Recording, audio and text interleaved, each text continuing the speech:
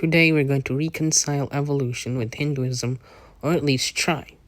Because the problem is that religious people have a huge issue with evolution, since it kind of tells that humans are a byproduct of a force of nature, a random one, that too, and it also denies the role of a creator deity. Of course, in Hinduism, you do not need that.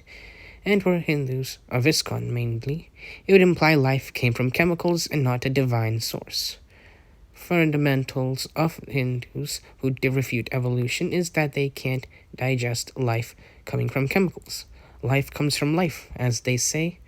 But then I ask, where did the first life come from? The ground? Did God create animals from dirt?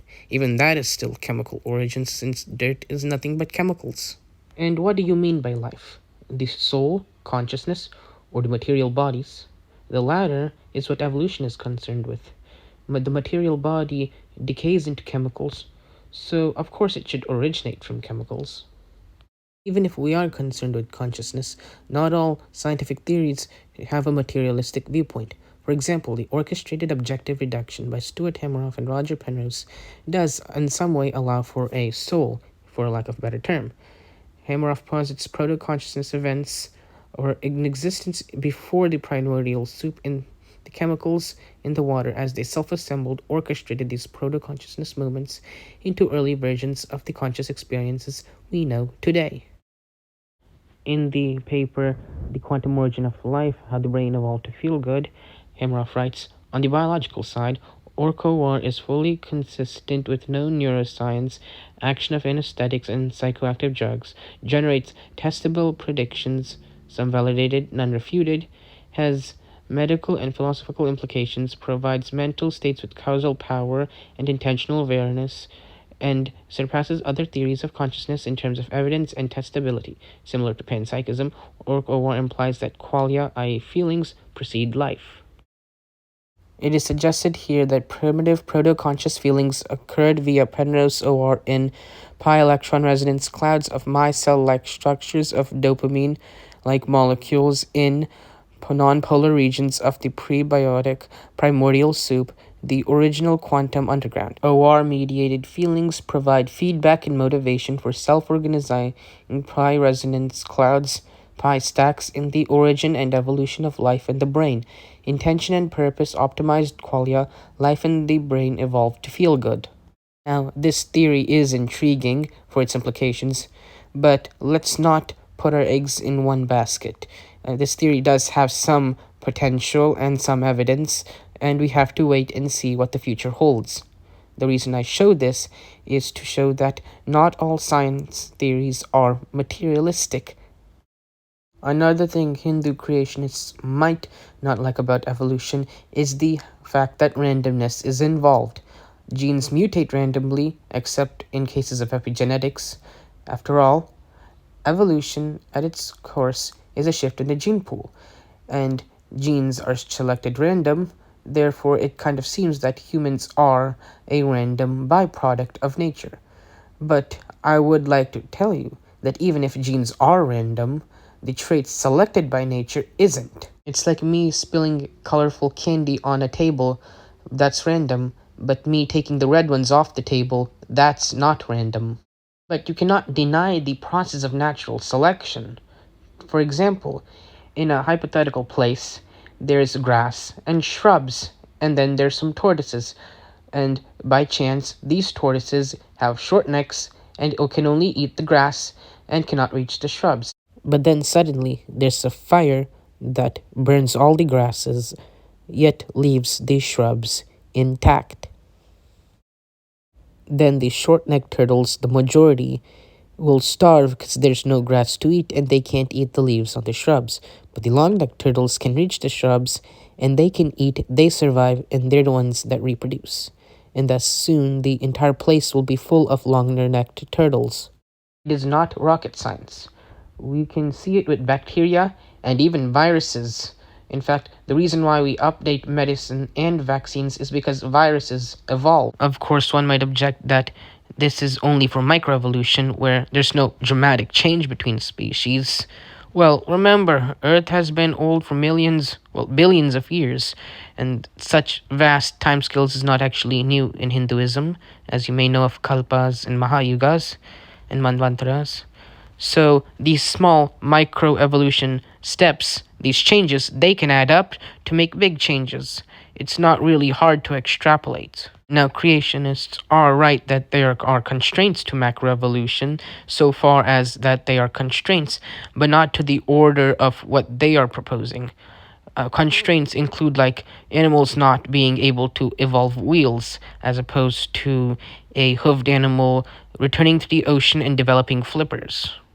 And might I add, even with the randomness of genetics that we can observe, not all evolutionary theory have a nihilistic perspective that humans are some sort of byproduct. Of course, any evolutionary theory would not make strong claims as this, but let's just pretend that they do and look at some favorable evolutionary theories. Take process structuralism. In this theory, nature has a preset of rules that constrain the randomness of evolution to the extent that if you rewind the tape backwards and play it again, we might have humans or something like humans evolve again. Now, process structuralism is something that Inspiring Philosophy's channel used to reconcile Christianity to evolution.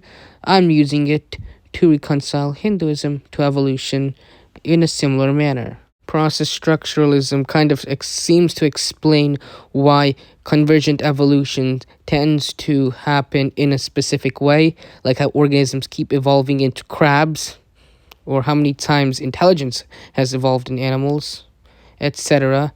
The point of this video is to not favor one theory of evolution versus another, but leave the door open for Hindus who want reconciliation between their religion and whatever modern science has to offer. Then we might ask, even if we accept process structuralism or any non so-called nihilistic evolutionary theories that creationists might raise, then how can we involve a god? Well, nature selects the traits, and you could argue that nature is nothing but the feminine manifestation of God, Prakriti in Hinduism, and actually a doctrine where nature kind of runs on its own is not really alien to Hinduism.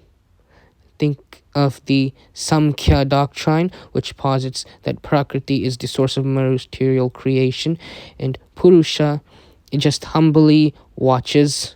Of course, Purusha and Prakriti have to unite for any meaningful creation to occur, and this could be reconciled if you accept Stuart Hameroff's proposal that these proto-consciousness moments are orchestrated by the molecules in the primordial soup. But then again, this is speculation, and I'm just presenting this as an open door for the Hindu creationists to take. Now, in Hinduism, philosophers posit that God did not create the universe out of intent the way a blacksmith will deliberately create a sword. Now, Adi Sankara doesn't attribute will to God. He says that God didn't create out of desire and compares it to how the shining moon doesn't cause a thief to break into a house at night. It just happens. And thus the Advaitas don't hold God to have an active role in the material creation. Now, what's the Advaita perspective? We can reconstruct this by analyzing the Bhagavad Gita, which is one of the favorite texts of the Hare Krishnas, whom I'm trying to bring back to the side of evolution. Now let's analyze Bhagavad Gita. Here's verse 9.8. Prakritim svam avashtabhya vishrajame punah punaha bhuta gramam imam kritsnam avasham prakriter vashat. Having established myself in Prakriti, Krishna is speaking, I create again and again this entire multitude of elements which is automatic from Prakriti's control, meaning that this creation of the elements or manifestation is automatic due to it being in the control of Prakriti and not Purusha, or the conscious aspect of the universe. Now we can find elaboration in 13.20. Prakritim Purusham Chaiva Vidyanadi Ubhavapi Vikaramscha Gunamschaiva Vidhi Prakriti Sambhavan. You should know that Prakriti and Purusha are beginningless and also both ways. You should know that change in qualities indeed are arising from Prakriti. Thus, the phenomena around the world, the change occurring around the world and nature around you is governed by Prakriti, and thus not needing a conscious intervention. But let's analyze another verse. Let's look at Bhagavad Gita, verse 13.30.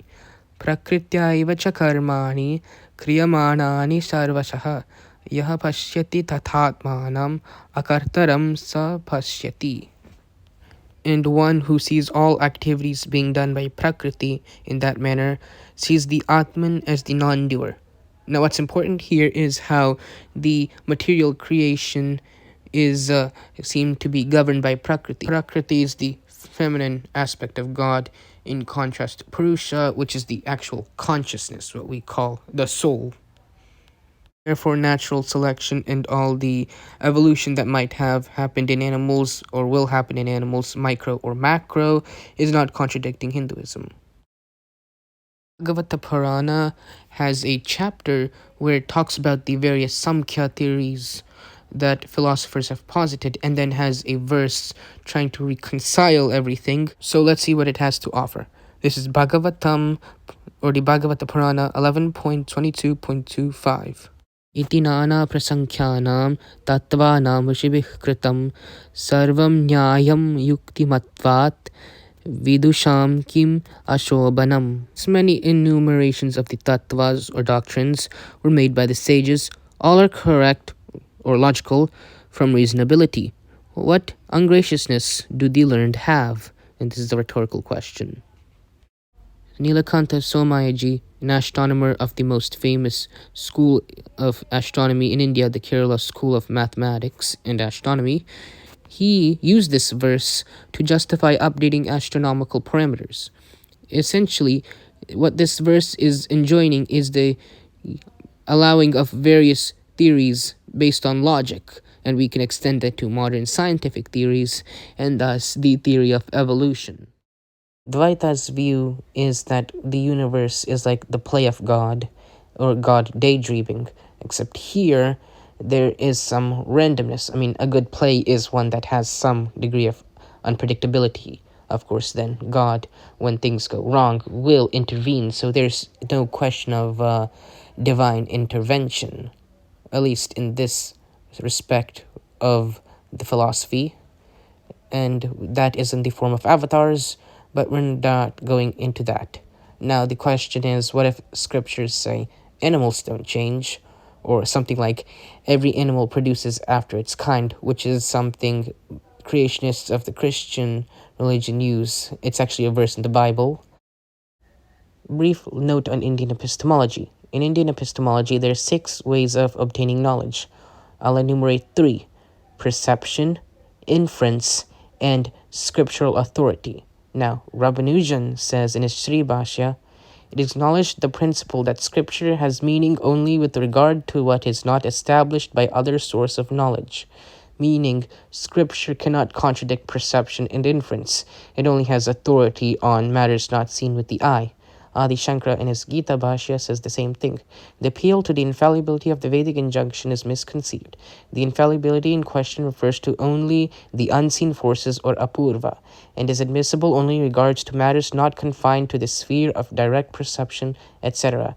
Even 100 statements of Shruti, which are the Vedic texts, to the effect that fire is cold and non-luminous won't prove valid, because no one can cognize what contradicts perception. If it does make such a statement, its import will have to be interpreted differently. Otherwise, validity won't attach to it. In conflict with the means of valid cognition, and its own statements may be inputted to Shruti, which are the scriptures. Therefore, Hindus do not have to bother about petty scientific errors in their scriptures, like the sun rotates around the earth instead of earth rotating around the sun, and the Shrutis or Puranas concern with existence of soul, God, or creation, which can't be perceived by perception. In regards to creation of the universe, we have perception and inference that modern science has done, and for now it seems to be in line with Shruti. So I really don't have much to say on this matter. I'm just leaving the door open. Now, when it comes to evolution, we actually seen it. And I'm not talking about bacteria.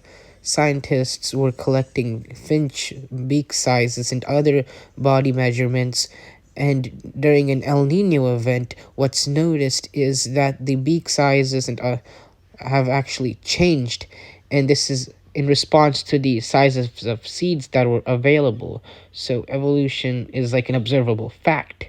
So any scriptural statement that seems to go against it would not have any value, or it has to be interpreted differently. We'll leave it at that. All I can say is please contemplate on what I've said. I highly recommend you believe in evolution.